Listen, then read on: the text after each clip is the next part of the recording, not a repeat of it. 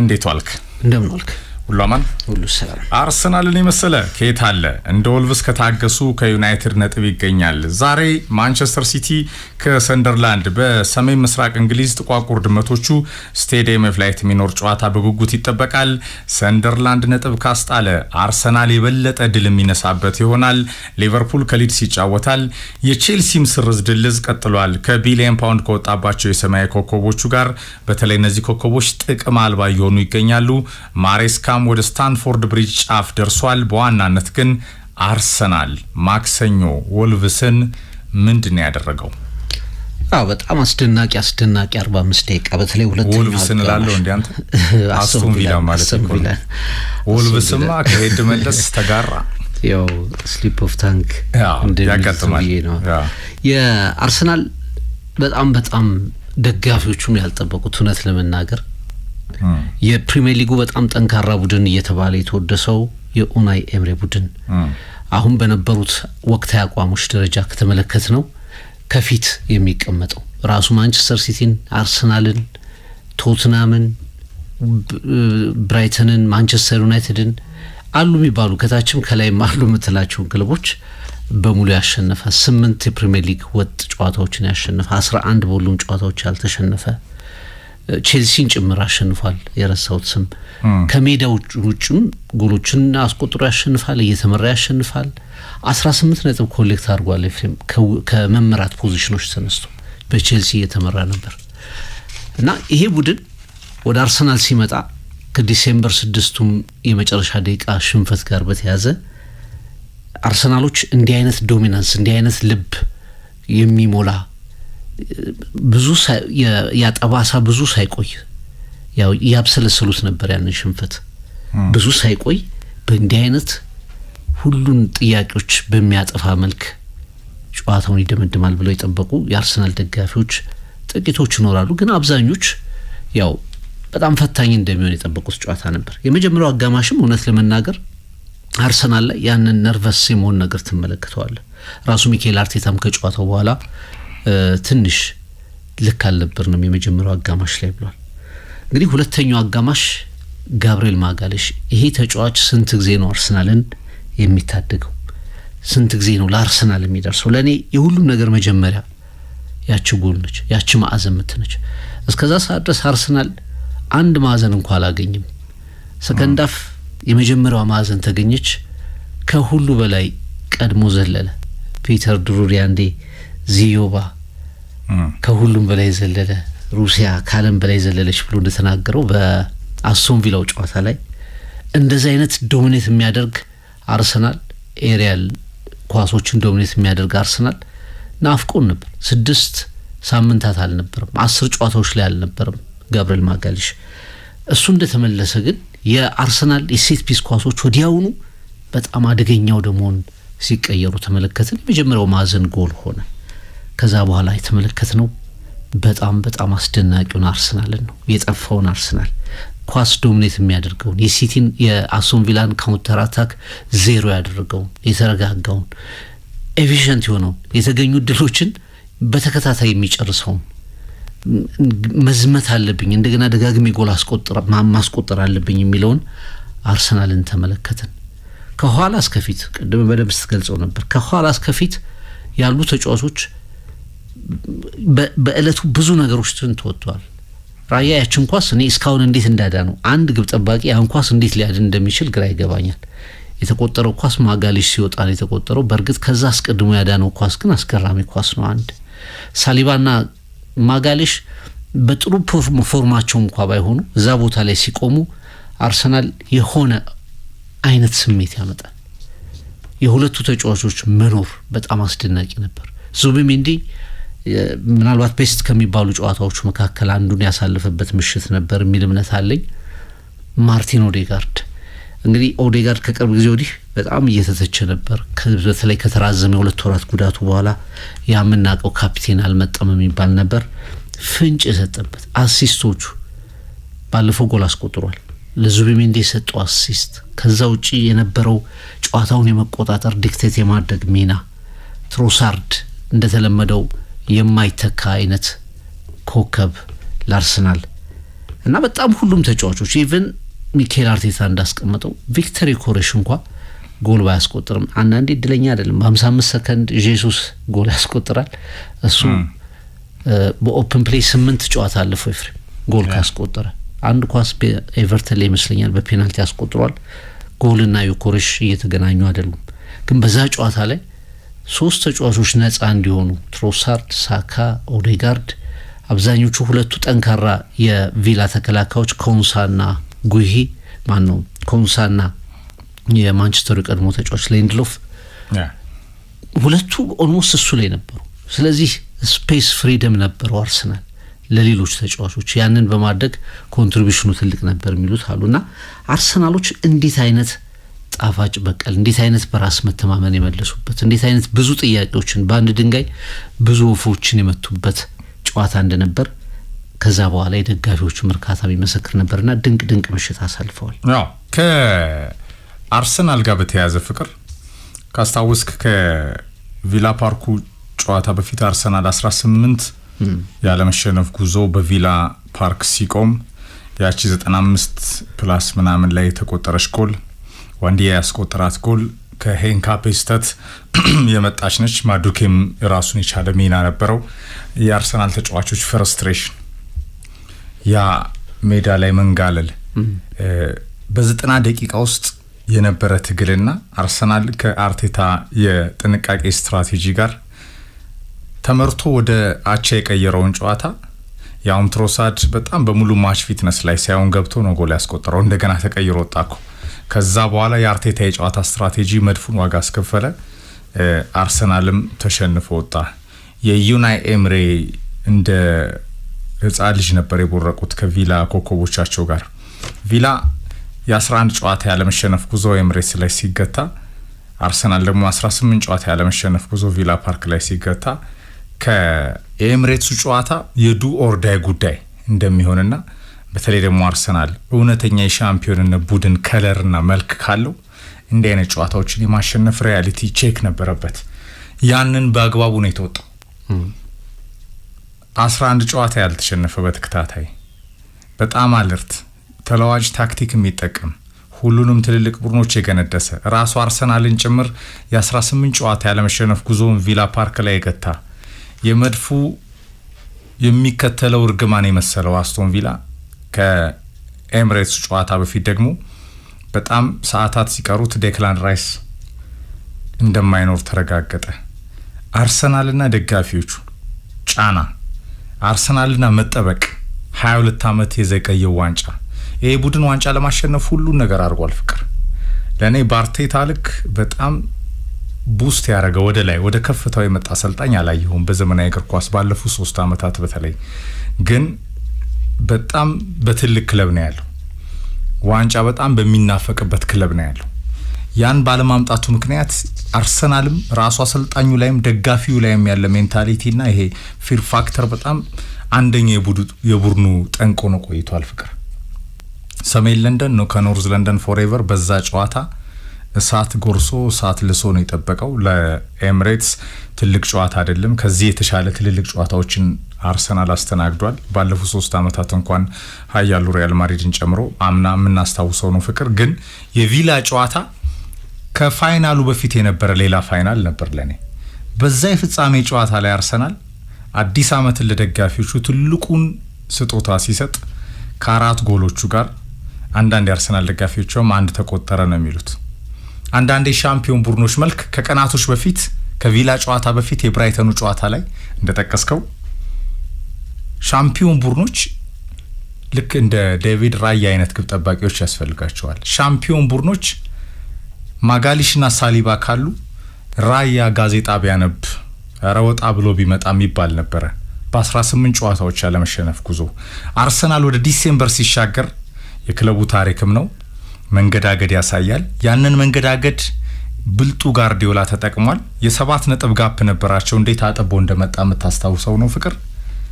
ነገር ግን አርሰናል በፈተናውም ሰዓት ቢሆን መልሶ ሜንታሊቲውን ይሄ ከፍ ያረገበትን መልሶ ይሄ የተጠራጠሩትን ደጋፊዎቹን ጭምር የተጠራጠሩትን ሙያተኞች ጭምር ራሱ አርሰናልና ቀጣይ ጉዞ ላይ ያለውን የቡድኑን የራስ መተማመን ሜንታሊቲ ቡስት ያረገበትን ውጤት ነው ያስመዘገበው። ምክንያቱም የሚከተለውን እርግማን ነው 4-0 ማን ነው 4-1 የረመረመው።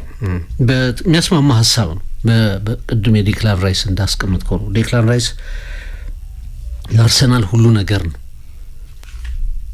በቃ የዘንድሮ ስታንድ አውት ፕሌየር በስሜትም ከፊት በማጥቃት በተለይ ዙቢሜንዲ ከመጣ በኋላ ደግሞ ሞር ይሄ ሸክሙ የቀለለለት ሁሉ ቦታ ግን ያለውን ኃላፊነት የሚሸከም በጣም በጣም አስደንጋጭም ዜና ነበር። የመጀመሪያው አጋማሽ ላይ ሚድፊልዱ ላይ የእሱ አለመኖርን በደንብ ተረዳው ነበር። በቀጥታ የአስቶን ቪላ ተጫዋቾች ድሪብል እያደረጉ ከማጋሌሽና ማጋሌሽና ከሳሊባ ፊት ይቆሙ ነበር።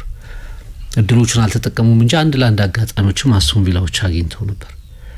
የመጀመሪያው ሀፍ ለአርሰናል የነርቨስ የመሆን በቃ የሁሉ ቅድም ያነሳናቸው ጫናዎች ደጋግሞ የፕሪሚየር ሊግ ዕጣ ፈንታቸው ላይ መቆም የሚለክፋቸው ቡድን ነው አስቶን ቪላ። ያንንም አድርጎታል። አምናም እዚህ ስቴዲየም 2-2 እየመሩ 2-2 የተጠናቀቀ በመጀመሪያው ጨዋታ አስቶን ቪላ አሸንፎ ነበር እና የሆነ አይነት ጫና የሚያሳድር አይነት ክለብ ነው። መርሃ ግብሩ ከዛ አንጻር በተለየ ሁኔታ ላይ ተጠብቀው በዛ ላይ ደግሞ በ3 ነጥብ ርቀት ላይ ሆነው ኡናይ ኤምሬ አሁን የአርሰናል የቀድሞ አሰልጣኝ የመሆናቸው ጉዳይ ብቻ ሳይሆን አስቶን ቪላን ይዘን ለዋንጫ መፎካከር እንችላለን የሚል ስሜት ማሳደር ሁሉ ጀምረው ነበር። 13 ነጥቦች ብቻ ነበሩ ዲፍረንሳቸው። ቢያሸንፉ በነጥብ እኩል ይሆኑ ነበር እና ብዙ ነገሮቹ በውጥረት እንዲጠበቅ ያደረገ ጨዋታ ነበር። ከአስቶን ቪላው ጨዋታ በኋላ አርሰናል ከወልቭስ ጋር ተጫውቷል። በዛ አስጨናቂ ምሽት በኦን ጎል መጨረሻ ላይ አሸንፏል። ከፓላስ ጋር ተጫውቷል። በመጨረሻ ደቂቃ ጎል ገብቶበታል። በፔናልቲ አሸንፏል። ከብራይተን ጋር ተጫውቷል። ኦን ጎል ብራይተን አስቆጥሯል። በብዙ ጨዋታዎች ላይ በተከታታይ ከክለብ ብሩገ ካደረገው የቻምፒየንስ ሊግ ጨዋታ ውጪ ሁሉም ጨዋታዎች አስጨናቂ ነበሩ። ያንን መጨነቅ ያንን በራስ መተማመን ማጣት በቃ መነሻ አድርገዋል ከሚባሉት ክለቦች መካከል አንዱ አስቶን ቪላ ነበር። እያንዳንዱን ነጥብ ነው ያወራረዱት። የ18 ጨዋታ ጉዟቸውን ገታ ቪላ ፓርክ ላይ በታሪክ ከ111 ዓመት በኋላ አዲስ ሪከርድ የሚጽፉበትን 12ኛ ጨዋታ የማሸነፍ ሪከርዳቸውን ገታ አርሰናል በምላሹ 3 ነጥቡን ተቀበለ። ከጎሎች ጋር አወራርዶ ተቀበለ። የቪላ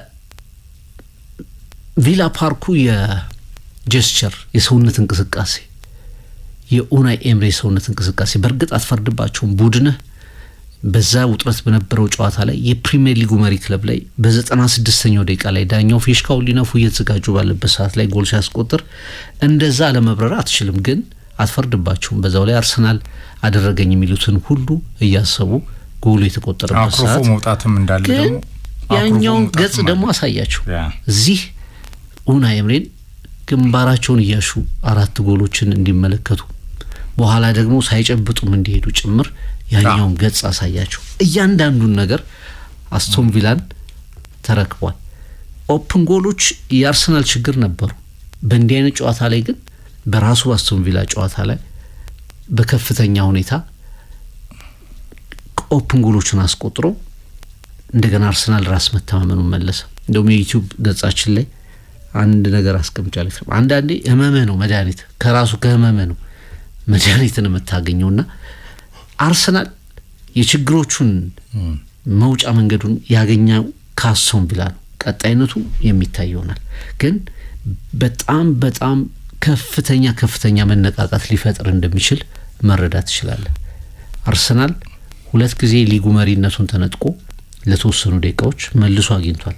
ግን አስጨናቂ በነበሩ ጨዋታዎች ማንቸስተር ሲቲ መምራት ችሎ አሁን ግን መልሶ ደግሞ ኳሱን እንደገና ወደ ሲቲ እንዲሰጥ ያደረገበትን መንገድ ያገኘው አስቶን ቪላን በመርታቱ ነውና በጣም ብዙ ትርጉም የነበረው ጨዋታ ነው። የእውነተኛ የሻምፒዮን ቡድኖች መልክ አሁንም ልምጣበት እዚህ ሀሳብ ላይ እውነተኛ የሻምፒዮን ቡድኖች መልክ ከመስታወቱ ፊት ፍቅር ራሱ አርሰናል ነው የሚመስሉት ለኔ። ምክንያቱም ሚድ ሲዝን ላይ ደርሰናል። ጃንዋሪ ገብቷል። ውድድር አመቱ ከተጀመረ ሊጉ ላይም አውሮፓ ላይም በአርሰናል ደረጃ በጣም ጠንካራ ቡድን የለም። በየትኛው መመዘኛ የሴት ፒስ ኪንግ ነው ደጋግሞ አሳይቶናል። ዴብዝ አለው ቡድኑ መልሶ እሱን ሲመጣ ክረምቱ ላይ ምስጋና ለቤርታ ምን አይነት ከለር ያለው ቡድን እንደሆነ እያየን ነው።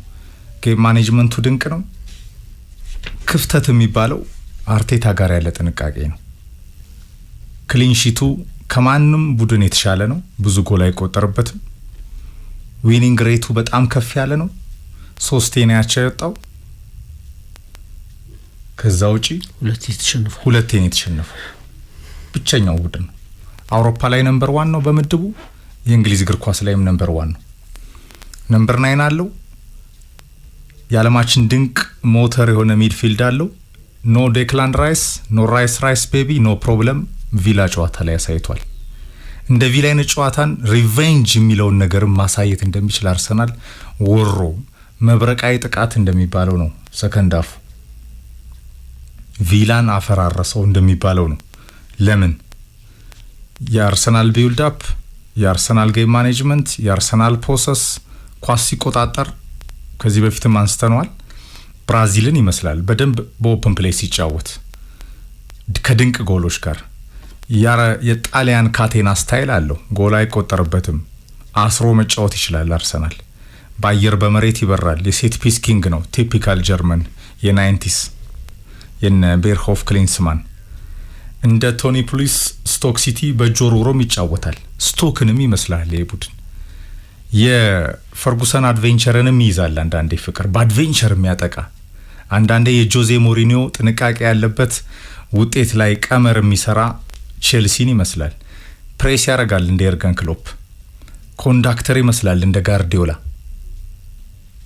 ይህ አርቴታ የራሱ ከለር አለው ፍቅር።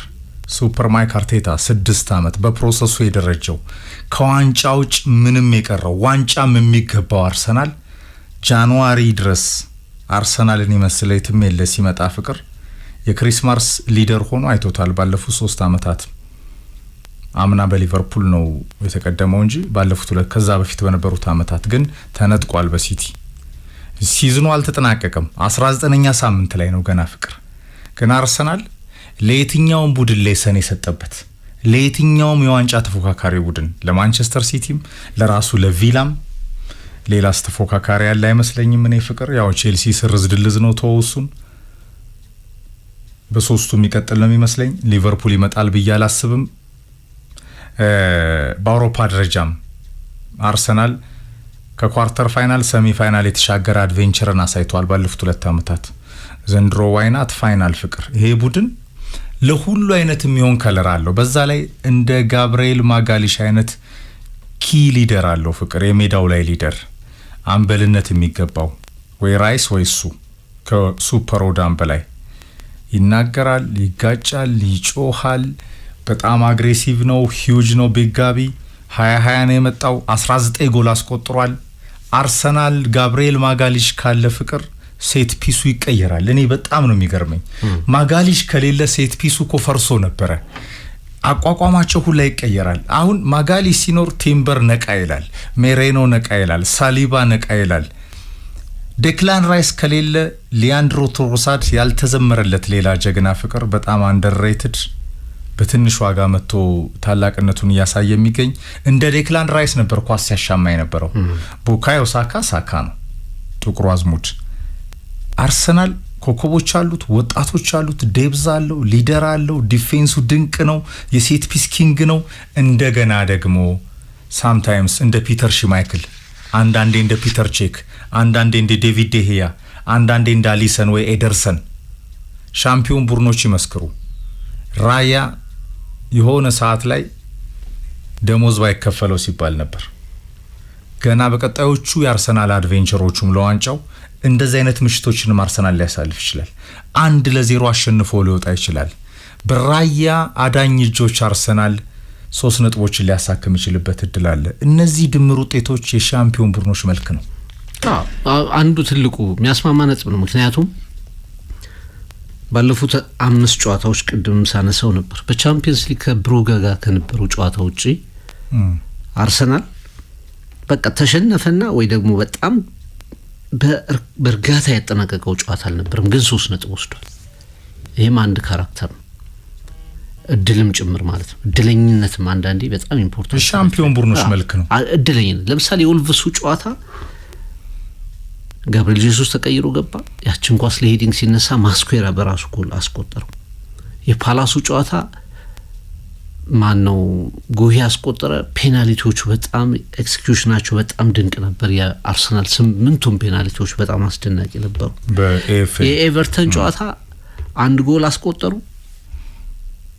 ፔናልቲ። በነገር ላይ በዛ በኤቨርተኑ ጨዋታ እንደውም የቫሩን ጭቅጭቅ የተነሳበት ጨዋታ ነበር። በተመሳሳይ ዊሊያም ሳሊባ ጥፋት ሰርቶ ፔናልቲ አልተሰጠም። ያም እድለኝነትም ጭምር ነው ብለህ ታስቀምጠው ይችላል። የብራይተኑ ጨዋታ እንደዚሁ 2-2 መራ አርሰናል፣ አንድ ጎል ተቆጠረበት። የመጨረሻው ደቂቃ በጣም በጭንቀት የተጠናቀቀ ነበር። በእነዚህ ሁሉ የአስቶን ቪላው ጨዋታ ላይ በፍጹም አትክደው ቀይ ካርድ ነበር የእንተና ዲሲዥን የሚኬል ሜሪኖ አጫወት። የተጫዋቹ አስተሳሰብ ራሱ በዛ ላይ ወጥቶ ቢሆን ኖሮ አርሰናል የሚያስከፍለውን ዋጋ ተመልከተ።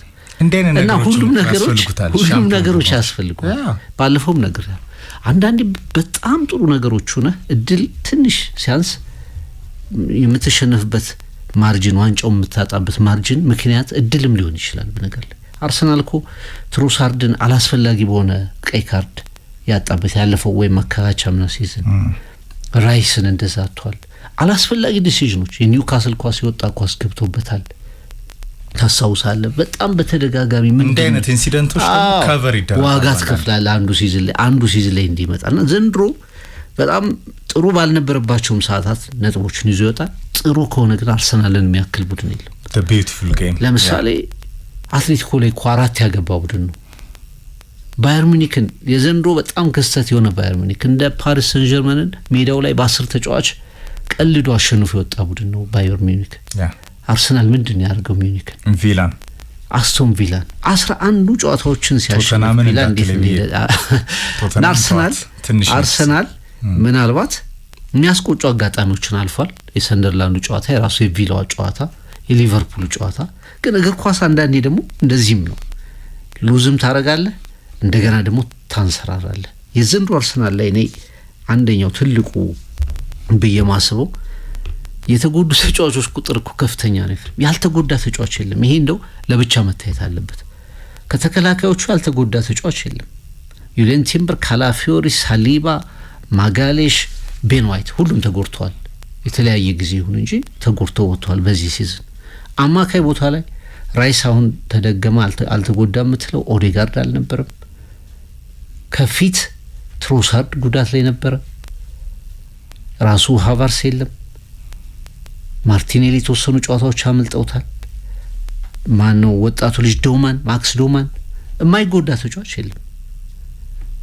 ብዙ ማንነጋገርበት አንድ ውጤት ከቨር ስለሚያደርገው፣ 2 አርሰናል ይሄ ክረምቱ ላይ የሰራው የተጫዋች ግዢ አብዛኞቹ ተጫዋቾች ፍሎፕ አሉን። በቀጥታ የቡድኑ አብረው የኖሩ ተጫዋቾች ነው የሚመስሉት። አሁን ተመልከት ዙቢሜንዲን ማን ጋናዩን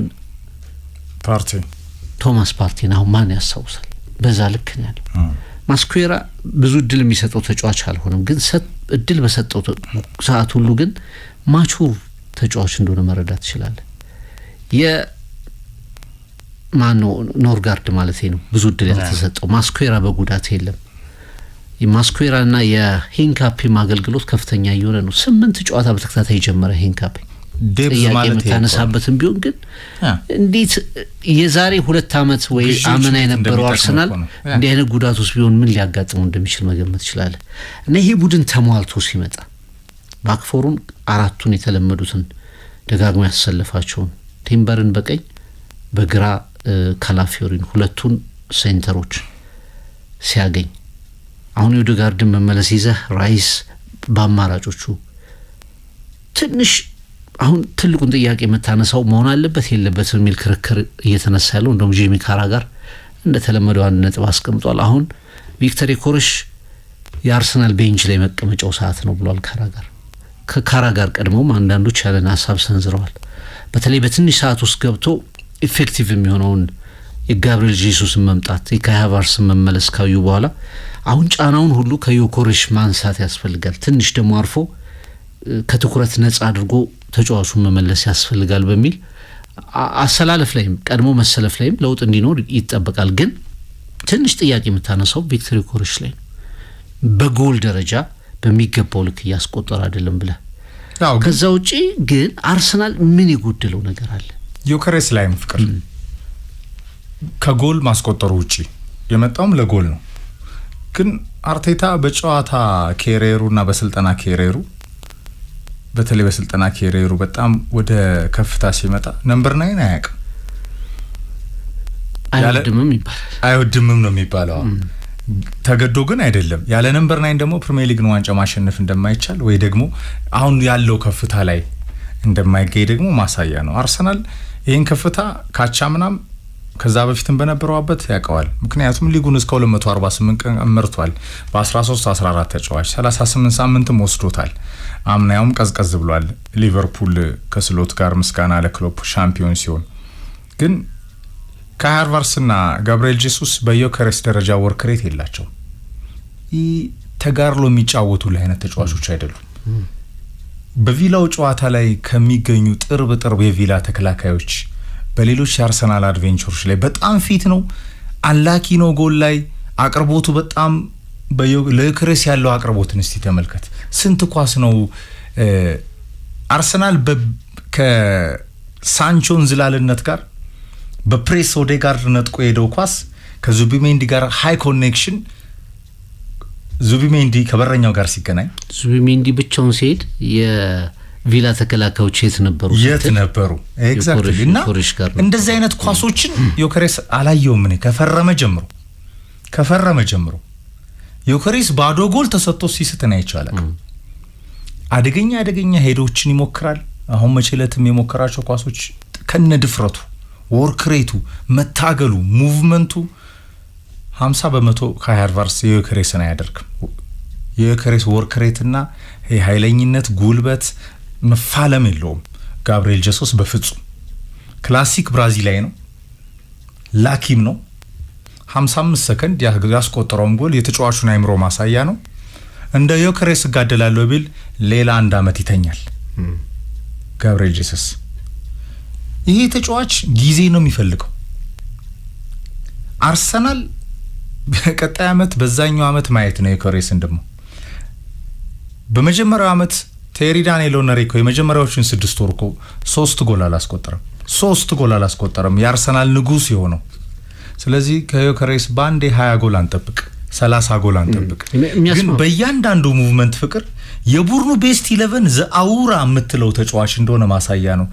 ዮኬሬሽ ላይ ትኩረት የሚያደርጉ ባላንጣዎች ይበዛሉ። በዛ ውስጥ ሳካ፣ ሊያንድሮ ትሮሳርድ፣ ኦዴጋርድ፣ ዙቢሜንዲ፣ ዴክላን ራይስ እየተጠቀሙ ነው። አዎ ትክክል።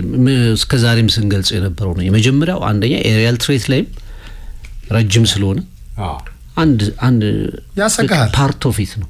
የቲምበር ራሱ ሜሪኖ፣ ዮኬሬሽ፣ ማጋሌሽ ይሄ ኳስ ገጭተው ጎል ከሚያስቆጥሩት መካከል ነው እና የተወሰነውን የተከላካይ ክፍል ይይዛል። አርሰናል ብዙ ጊዜ ሰከንድ ቦል ሲጣል ሚነካ ተጫዋች አልነበር። አሁን ዮኬሬሽ ነው ያለው። አሁን እሱ ይይዛል ወይ ጥፋት ይሰራል ወይ ሌሎቹን ነጻ ያደርጋል። ሁልጊዜ የአርሰናል ተቃራኒዎች ስትራቴጂ ቡካዮ ሳካን ወይ ማርቲን ኦዴጋርድን ማቆም የሚል ነው። አሁን እነሱ ላይ ከመድረስ በፊት ሌላ ሺልድ አለ፣ ሌላ ከለላ አለ እና እኔ ያስማማኛል። አብዛኞቹ የተነሱት ነጥቦች ያስማሙኛል። ግን ለአንድ አጥቂ ዋና መመዘኛው ጎል ነው። ብዙ ጊዜ ነው ፍቅር። እሱ ጎል በጣም ይፈልጋል። ለተጫዋቹም ሲል አንዳንዴ ሜዳ ውስጥ እኮ ያሳዝናል። አንዳንዴ አላስፈላጊ ፈርት ያደርጋል። ያንን ጎል በጣም ስለሚፈልግ አላስፈላጊ ልፋቶችን ሁሉ ሲያደርግ ታይዋል። ሪስክም ይወስዳል። አሁን ያ ኳስ በሄዲንግ የመታው ኳስ ነው ያወጣው የተጫዋቹ እግር ያስቶን ቪላው ተከላካይ እግር ፊቱ ላይ ሊያርፍ የሚችልበት እድል ሰፊ ነው። ያንን ሪስክ የምትወስደው በቃ ያው ጎሉን በጣም የሚናፍቅ ተጫዋች እንደሆነ ትረዳለና ሚኬል አርቴታም ሲናገር ሁሉም ተጫዋቾች በጣም ድንቅ ነበሩ። ቪክተር ዮኬሬሽም ድንቅ ነበር። ጎሎቹ እሱ ከሜዳ ሲወጣ 3 ጎሎች ተቆጥረዋል። ኦሬዲ 3-0 ነው። አራተኛው ጎል በጋብሪኤል ጄሱስ። በእርግጥ እንደ ጄሱስ አይነት ጨራሽ የመሆን ጉዳይ ሊመጣ ይችላል ወደፊት። በፕሮፋይላቸው ስታየው ዮኬሬሽ በ97 በ102 ጨዋታዎች 97 ጎል ያስቆጠረ ነው። በቃ የሚታወቀው በጨራሽነቱ ነው። አሁን ያለው አርሰናል ቡድን ውስጥ ግን ሚናው ሞር ቡድኑን ይሄ ማገልገል፣ ሰርቭ ማድረግ፣ የመጨረሻውን ጎል የመጨረሱ ነገር ላይ ክፍተት እያሳየ መጥቷል እና ይሄ ሚኬል አርቴታ ይሄንን ውሳኔ ላይወስን ይችላል ብለን የምጠረጥረው ነገር አይደለም። ምክንያቱም እኔ አሁን አንዳንድ ለሚወዳቸው ተጫዋቾች የመጨረሻውን ነገር ይሰጣል። ካይ ሃቨርትዝ አንዱ ነው፣ ሜሪኖ አንዱ ነው። ይፍረን አሁን ሜሪኖ ሚድፊልድ ላይ በጣም ስታጫውተው አርሰናል ክፍተቱ ከፍ ያለ የመጀመሪያው አጋማሽ ላይ በአብዛኛው የዴክላን ራይስን ቦታ መሸፈን በፍጹም የቻሉ ኮከባል ራይስም አይተካም ማለት ግን ይደክማል። እድል ግን ይሰጠዋል፣ ይታገሰዋል። ሚኬል ሜሪኖ ያን ቀን በቀይ ካርድ ወጥቶ ቢኖር በሁለተኛ ቢጫ ቁጥር 1 ተወቃሹ ሰው ራሱ ሚኬል አርቴታ ነው መሆን ያለበት። ለምን መሰለህ? ተጫዋቾች አሉ ቤንች ላይ። አው ግን እንደ አይነት ስጋቶች ለምን ያስፈልጋሉ? የአርሰናል ደጋፊዎች ላይ ፍቅር እያንዳንዱ ነገርማ በጥቃቅን ካለው አሰላለፍ ለምን መሰለህ? አሁን ቅድም የመግቢያ ላይ ስታነሳው ነበርኩ። አንዳንድ ጊዜ አሰልጣኞች የቡድኑ ተጋጣሚ ይሆናሉ። የማንቸስተር ኒውካስል ጨዋታንና የማንቸስተር የወልቭሱን ጨዋታ ልዩነቱ ሩበን አሞሪም ነው። ለኔ አሞሪም ነው እኮ ጠላቱ። ልዩነቱ ሩበን አሞሪም ነው። ሚኬል አርቴታም እንደ አይነት ካራክተር አለበት። አይ ነው ወይ አሰላለፉ ላይ ወይ የሆኑ ተጫዋቾችን በጣም ኤክስትሪምሊ መታገስ ላይ ወይ ስትራቴጂው ላይ የሆነ ቀን እንዲህ አይነት ግትርነቶችን ታይበታለህ። ዶሚኔት በምታደርግበት ሰዓት ላይ የምትጠቀመውን አማካይ፣ መከላከል ስትፈልግ የምትጠቀመውን አማካይ እና እንዲህ አይነት ነገሮችን አርሰናል አቮይድ ካደረገ እኔ በራስ መተማመናቸውን ያለፉትን 5 ጨዋታዎች ላይ የተነሱትን ጥያቄዎች ያጠፋ ቤስት 45 ሚኒት ተመልክተናል ይላል። አርሰናል የመሰለ የትም የለም ፍቅር። በዚህ ሰዓት አርሰናል ለመምሰል የሚጥሩ ክለቦች አሉ። በአርሰናል ከፍታ ደረጃ ግን አላየንም። አርሰናል ሃይ ኳሊቲ ነው። ከ22 ዓመት በኋላ ዋንጫውን ለማሸነፍ ሁሉ ነገር ያለው ቡድን ነው። ለኔ የሚገባው ቡድን ነው። ጃንዋሪ እንዳደርሶታል፣ ግንቦት ያሻግረዋል የሚል እምነት አለኝ። ምክንያቱም ለዋንጫው እላፊ የሰራ ክለብ ነው ፍቅር። እላፊ የጣረ ክለብ ነው። ያውም በጣም ከብዙ ጫናዎች ጋር ፍቅር፣ ከብዙ ጫናዎች ጋር ሰዓት የለንም። እንደ ወልቭስ ከታገስክ ከዩናይትድ ነጥብ ታገኛለህ። ሶስተኛ ነጥብ በነገር ላይ ኦክቶበር ላይ ነው የመጨረሻ። ዋናው መታገስ ብቻ ነው እንጂ ዩናይትድ ይሸልማል። የመጨረሻ ነጥባቸውን ያገኙት ኦክቶበር ነው። ለኔ ከበለቱ አርሰናል ሊያሸንፍ ይችላል፣ ግን በዚህ ዶሚኔሽን ሊያሸንፍ አይችልም። የምትገምተው አርሰናል በዚህ ዶሚኔሽን ሊያሸንፍ ይችላል ብለህ ትገምት ይችላል። የዕለቱ የምሽቱ ሰርፕራይዝ ግን ወልቭስ ከኦልድ ትራፎርድ ከማንቸስተር 1 ነጥብ መውሰዱ ነበር ብዬ ነው ማስቀምጠው። ለምን መሰለህ? ያመቱ ሶስተኛ ነጥብ ነው። ያለፉትን 12 ጨዋታዎች ተሸንፏል። 1 ነጥብ አገኘ። 12 ጨዋታዎች ከኦክቶበር በኋላ 12ቱን ጨዋታዎች ተሸንፏል። ከኦክቶበር በኋላ 1 ነጥብ አግኝቷል። በዛ ላይ ማንቸስተር ዩናይትድ ኒውካስልን በእንደዚህ አይነት ፐርፎርማንስ በተለይ መጀመሪያው አጋማሽ ከሴንት ጄምስ ፓርክ ወደ ባክ ፎር ሲመጣ ኦልድ ትራፎርድ ላይ ከኒውካስል ጋር የነበረው ባክ ፎር የመጀመሪያው 45 ድንቅ ነበር። ያንን ተመልክተህ ያንን አስኪ ቡድን አሸንፈህ ወልቭስ 3 ነጥብ በቃ ዴፊኒት የተረጋገጠ 3 ነጥብ ተብሎ እኮ ነው የተቀመጠው። እንደው የወልቭስ ብቻ እኮ አይደለም ኤፍሬም፣ እኔም ሳነሳው ነበር አንተ ሳት ነው በርንሌና ሊድስን ጨምሮ 12 ነጥብ በቃ አረጋግጧል እኮ ነበር የተባለው። ግን አሞሪም የሚባሉ ተጋጣሚ ያሉት ማንቸስተር ሿሿ የተባሉ ተጋጣሚ ያሉት